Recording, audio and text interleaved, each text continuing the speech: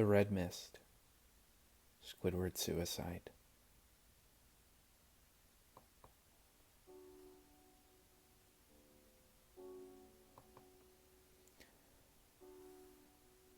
I just want to start off by saying if you want an answer at the end, prepare to be disappointed. There just isn't one. I was an intern at Nickelodeon Studios for a year in 2005 for my degree in animation. I wasn't paid, of course. Most internships aren't. But it did have some perks beyond education. To adults, it might seem like a big one, but most kids at the time would shit themselves over it. Now, since I worked directly with the editors and animators, I got to view new episodes days before they aired. I'll get right to it without giving too many unnecessary details. They had very recently made the SpongeBob movie, and the entire staff was somewhat sapped of creativity, so it took them longer to start up the season. But the delay lasted longer for upsetting reasons. There was a problem with the Series 4 premiere that set everyone and everything back several months. Me and two interns were in the editing room along with the lead animators and sound editors for the final cut. We received the copy of what was supposed to be Fear of a Krabby Patty and gathered around the screen to watch. Now, given that it isn't final yet, animators often put up mock title cards, sort of as an inside joke for us with phony, often lewd titles, such as How Sex Doesn't Work instead of Rockabye Bullivie, when SpongeBob and Patrick adopted a sea scallop. Nothing particularly funny, but work-related chuckles. So when we saw the title card, Squidward's Suicide, we didn't think of it more than just a morbid joke. One of the interns did a small throat laugh at it. The happy-go-lucky music plays as normal. The story began with Squidward practicing his clarinet, hitting a few sour notes like normal. We hear SpongeBob laughing outside and Squidward stops, yelling at him to keep it down as he has a concert that night and needs to practice. SpongeBob says okay and goes to see Sandy with Patrick. The bubble splash comes up and we see the ending of Squidward's concert. This is when things begin to seem off. While playing a few frames, they repeat themselves, but the sound doesn't. At this point, the sound is synced up with animation, so yes, that's not common. But when he stops playing, the sound finishes as if the skip never happened. There is a slight murmuring in the crowd. It goes deathly quiet, creepily quiet. I didn't really understand what was going on. It was scarier than normal. And then they began booing him. Not normal cartoon booing that we've heard in the show before, but booing with malice in it.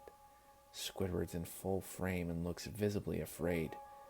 The shot goes to the crowd with SpongeBob in center frame, and he too is booing, very much unlike him. That isn't the oddest thing, though. What is odd is everyone had hyper-realistic eyes, very detailed. Clearly not shots of real people's eyes, but something a bit more real than CGI. The pupils were red. Some of us looked at each other, obviously confused, but since we weren't the writers, we didn't question its appeal to children. Yet. The shot goes to Squidward sitting on the edge of his bed, looking very forlorn. The view out of his Port Hill window is of the night sky, so it isn't very long after the concert. The unsettling part is, at this point, there is no sound. Literally no sound. Not even the feedback from the speakers in the room. It's as if the speakers were turned off. Though their status showed them working perfectly. He just sat there, blinking in silence for about 30 seconds. Then he started to sob, softly, He put his hands, tentacles, over his eyes and cried quietly for a full minute more, all the while a sound in the background, very slowly, growing from nothing to barely audible. It sounded like a slight breeze through a forest. The screen slowly begins to zoom in on his face. By slow, I mean it's only noticeable if you look at 10 shots 10 seconds apart, side by side. His sobbing gets louder, more full of hurt and anger.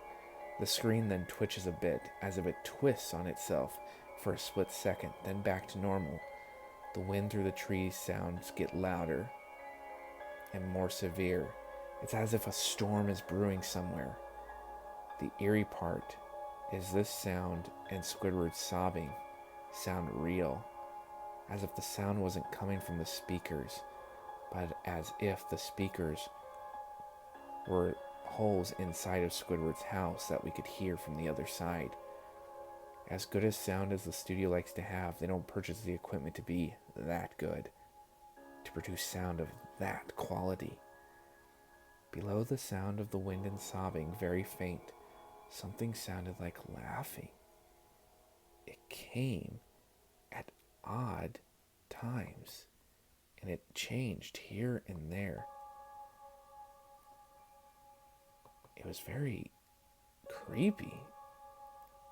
We watched the show twice, so pardon me if things sound too specific, but I've had time to think about them. After 30 seconds of this, the screen blurred and twitched violently, and something flashed over the screen. It was a single frame. The lead animation editor paused and rewound frame by frame. What we saw was horrible. It was a still photo of a dead child. He couldn't have been more than 6. The face was mangled and bloody, one eye dangling over his face. He was naked down to his underwear, his stomach crudely cut open as his entrails laying beside him. He was laying on some pavement that was probably a road. The most unsettling part was there was a shadow of the photographer. There was no crime tape, no evidence tags or markers, and the angle was completely off shot. It would seem the photographer was the person responsible for the child's death. We were, of course, mortified, but pressed on, hoping that this was just a sick joke.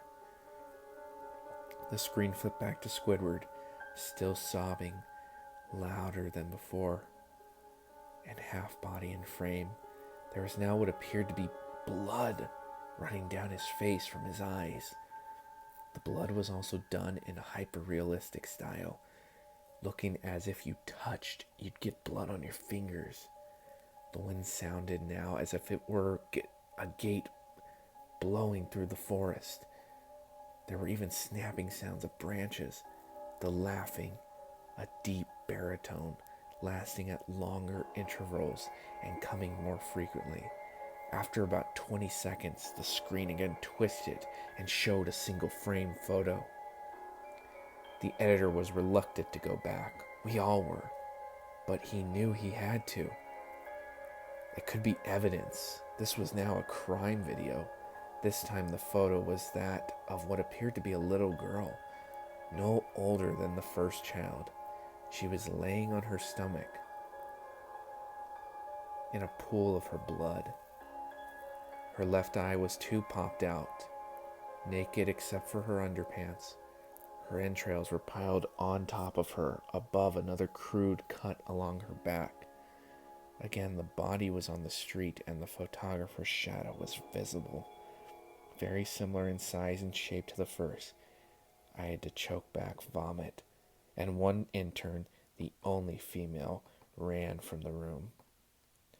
I'm gonna just tell you the truth. She was the smart one.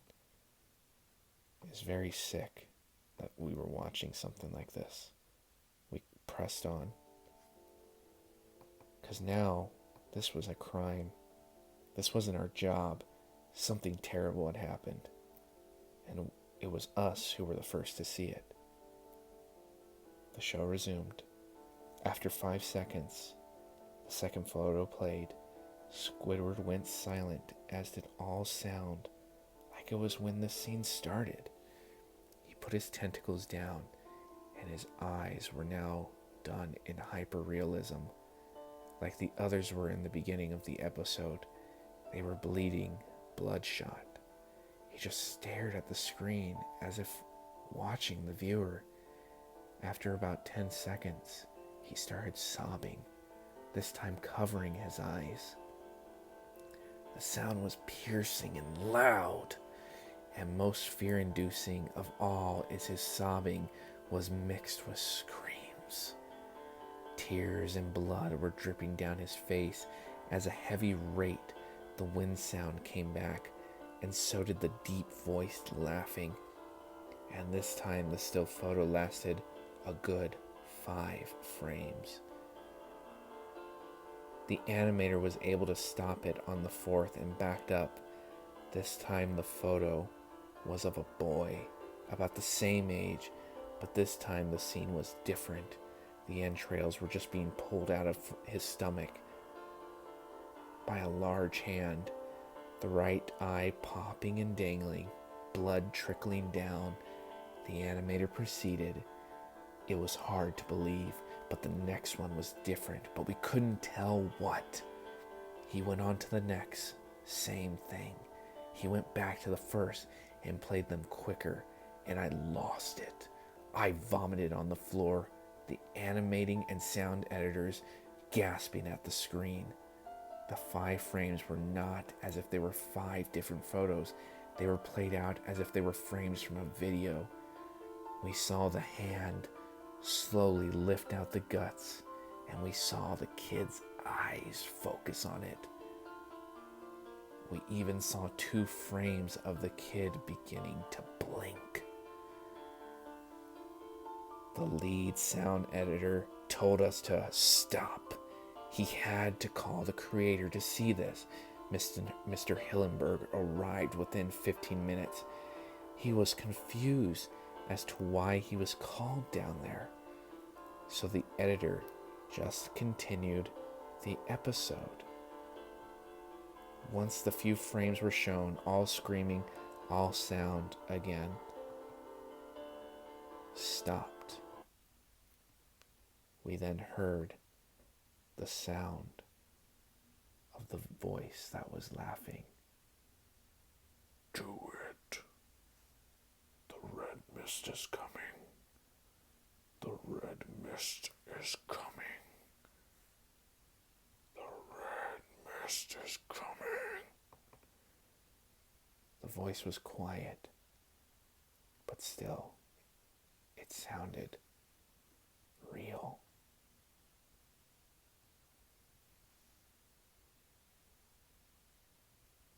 In Squidward's hands, there was a shotgun.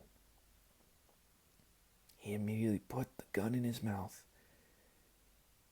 and pulls the trigger.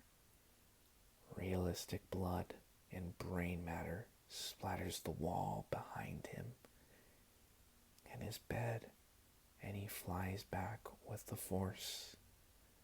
The last 5 seconds of the episode show his body on the bed, on his eye. One eye was dangling. The episode ends.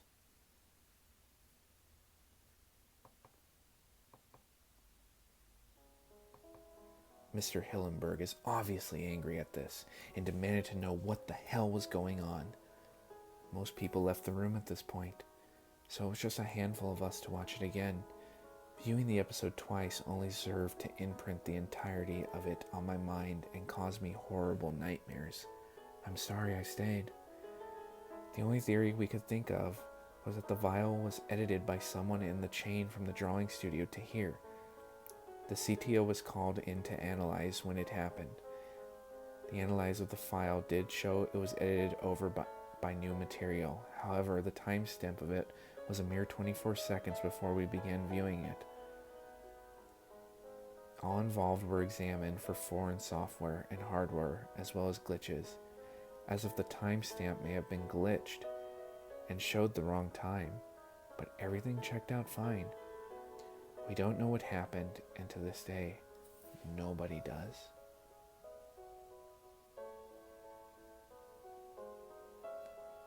There was an investigation due to the nature of the photos, but nothing came of it. No child seen was identified, and no clues were gathered from the data involved, nor physical clues in the photos. I never believed in unexplainable phenomenons before, but now that I have something happen and I can't prove anything about it beyond the evidence, I think twice about things. If you love SpongeBob, I'm sorry for this story.